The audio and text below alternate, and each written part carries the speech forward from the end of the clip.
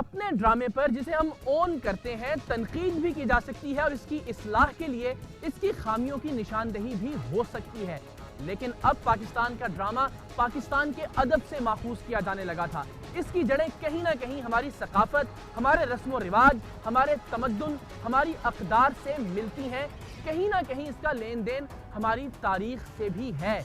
लेकिन अब सोचिए, खुदा ना खास्ता अगर पाकिस्तानी ड्रामा एक बार फिर ज़वाल पजीर हुआ तो हम अपनी आने वाली नस्ल को क्या दिखाएंगे?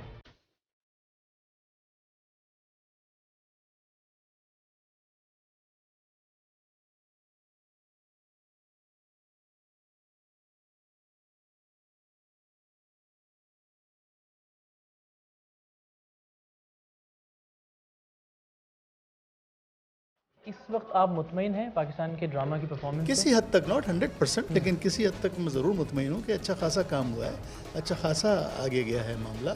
और चूँकि हम तो देखें ना, हम तो आर्टिस्ट हैं, आर्टिस्ट एक मजदूर होता है, उसे जहाँ मजदूरी मिलेगी वहाँ जाएगा। अब जहाँ तक आपका ये ताल्लुक़ है कि जी टर्किश ड्रामों की उर्दू में डबिंग, तो मैं भी कर रहा हूँ।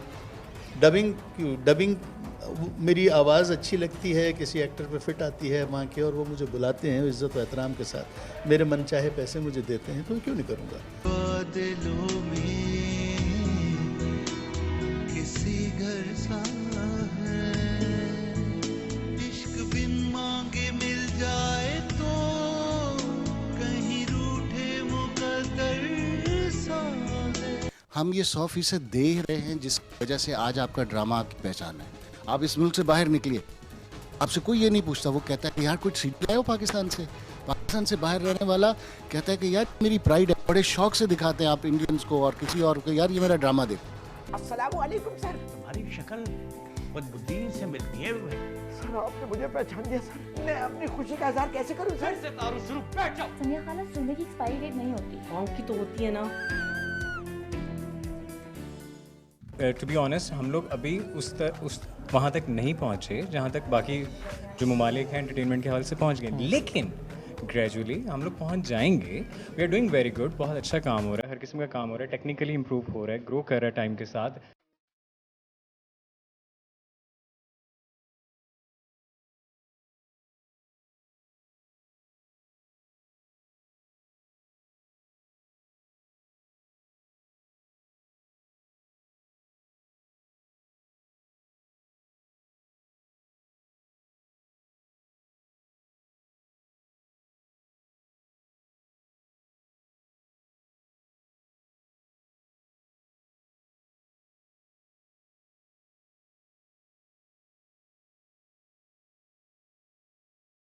हमने देखा कि कुछ बरस पहले इंडियन ड्रामास का बहुत एक बुखार था, हर घर में हमें नज़र आता था। उसके बाद पाकिस्तानी ड्रामे ने बाउंस बैक किया। अब फ़र्ज़ कर लें एक लम्हे के लिए कि ये जो अभी नया इन्फ्लक्स है ये छा जाता है, पाकिस्तान पे आते हैं, बहुत सारे ड्रामे आ जाते हैं, और अल्टीमेटली आपको लगता है कि ये 10, 12, 15 साल चल सकेंगे या बस इनका टाइम स्पेन भी इतना ही होगा? उस सिनेरियो में सिचुएशन कुछ और थी। उस वक्त इंडियन कंटेंट हमारे चैनल्स ने खरीद के हमारे प्राइम टाइम में नहीं चलाया था, वो एज इट सेल्फ उनका चैनल केबल वाले चला रहे थे। There is a huge difference. देखें, अगर बाहर के चैनल्स आके कम्पीट करते हैं, एज अ चैनल कम्पीट करते हैं, तो नो इश्यूज, क्योंकि वो अपना सॉफ्टवेयर चलाएंगे, हम अपना चलाएंगे, बराबर पे चलेगा। लेकिन इस दफ़ा हमारे प्राइम टाइम के ऊपर उनकी चीज़ें चलाई जा रही हैं और हमारी चीज़ें रोकी जा रही हैं, जो कि एक अनफेयर है।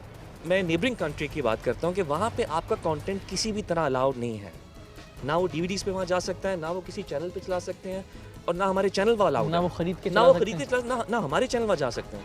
तो फिर आप वहाँ से क्यों खरीद रहे हैं? It should be on equal basis, equality के बेसिस पे, कि अगर वो हमारा कंटेंट खरीदें तो हमारा भी वहाँ जाना चाहिए, फिर अलाउ करना चाहिए उनको। अगर अलाउ, क्योंकि उससे क्या होगा कि हमें भी एक और मार्केट मिलेगी, फिर इक्वालिटी भी होगा ना, मुकाबला, कि उन्हें भी मार्केट मिली, हमें भी मिली, देखते हैं कौन आगे जाता है।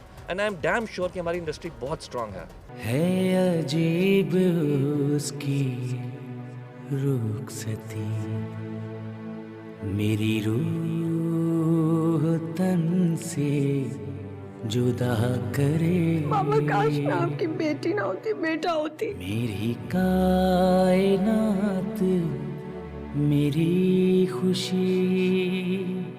ये एक बबल है, इसको फटना है, इससे डर नहीं है। देखो बाद में फिर वही करूँ। बात ये है कि आपके प्रिंसिपल्स कहाँ हैं, आपके उसूल कहाँ हैं, आपकी पॉलिसीज़ कहाँ हैं? आप एक दिन अचानक से खड़े होकर कह देते कि नहीं जी कल से अपना काम बंद करो, दुकान ख़त्म हो गई आपकी, अब आप कुछ नहीं कर सकते।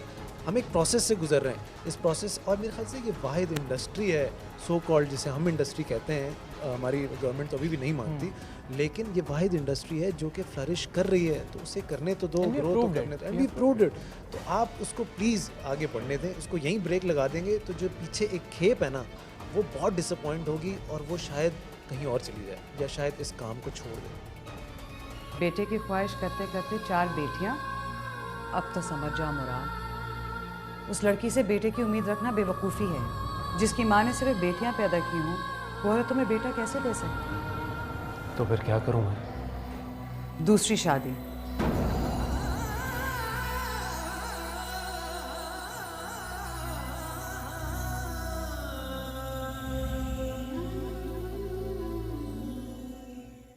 We're not here to fight. हम सिर्फ बातचीत से इस चीज़ को सॉल्व करना चाहते हैं कि प्लीज़ हक ना मारो। That's it. That's about it. बिल्कुल आप टर्किश ड्रामे चलाएं, आप इंडियन कंटेंट भी चलाएं, बट मैं आपको एक मज़े की बात बताती हूँ। ARY इंडिया में भी जाता है। इंडिया में पाकिस्तानी चैनल्स के ड्रामे नहीं आते, तो हम यहाँ क्यों दिखा रहे हैं? यहाँ पर जितने बिलबोर्ड्स लगे हुए होते हैं, you know, Kareena Kapoor, this that, वहाँ पर एक फैसल कुरैशी का बिलबोर्ड नहीं लगा होता, एक हुमायूं सईद का बिलबोर्ड नहीं लगा हुआ होता। Why is that? जब वो हमें सपोर्ट नहीं करे तो हम मुफ्त में उनको सपोर्ट करे जा रहे हैं। वाई? तुम ऐसे करो, मेरा अब आया बहन। अच्छा अपना नाम तो बता दो जालिम हसीना।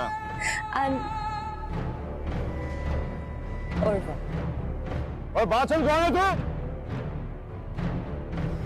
रंगे हाथों पकड़ा तेरी बेटी को मैंने। हाँ, लौंडे को ये मोहब्बत दावा दे रही थी। क्या मैं किसी राह चलते इंसान से अफेयर चला सकती हूँ? बचा के कहते इनसे, क्या आज से इनका घर से निकलना बंद। 7 से लेकर 11 बजे के दरमियान फ्रेश प्रोग्रामिंग चलती है, बाकी सारा लूप है, वो सारा रीरन्स चलते हैं, पुराने प्लेस चलते हैं, उसके ऊपर आपको रेवेन्यू जनरेट नहीं होता। और यही वक्त होता है जब ज़्यादा से ज़्यादा लोग बैठ के देख रहे होते हैं टेलीविजन। अच्छा, उसी टाइम में सारा रेवेन्यू जनरेट होता है। In the end it boils down to economics, doesn't it? आप मुफ्त में तो ना कोई काम करवा सकते हैं ना कोई कर सकता है, हर एक को अपना घर चलाना है। हम अपनी इंडस्ट्री को कभी ख़त्म नहीं करना चाहेंगे, क्योंकि हमारे यहाँ के एक्टर्स और जो ड्रामे हैं उन जैसे मेरे ख्याल में कहीं नहीं हमें मिलेंगे। ये दरअसल जुल्म भी है हमारी इंडस्ट्री पे, पाकिस्तानी इंडस्ट्री पे, हमारे लोगों पे जो इतनी मेहनत कर रहे हैं और इंटरनेशनल ड्रामे आ रहे हैं, डबिंग हो रही है और वो चल रहे हैं। ये नुकसान भी है और गलत भी है। आजकल जो तुर्किश ड्रामों को डबिंग करके जो दिखाया जा रहा है, ये नहीं दिखाना चाहिए, क्योंकि इससे फहाशी वगैरह बहुत फैल रही है, तो ये नहीं होना चाहिए। तुम्हारा यही रवैया, यही बातें मेरे लिए ज़िंदगी को बहुत मुश्किल और टफ बना रही है। तुम्हारी ज़िंदगी को मुश्किल तुम्हारे अपने पेरेंट्स बना रहे हैं। क्या सारी उम्र इसी तरह गुजारने का इरादा है तुम्हारा? डिवोर्स ले लो। तुम्हारी ज़िंदगी में ऐसा कोई शख्स नहीं है जिसकी वजह से तुम इस ताल्लुक को तोड़ना चाहो तो। और अगर ऐसा कोई शख्स मेरी ज़िंदगी में हो फिर? खुश रहे तुम्हें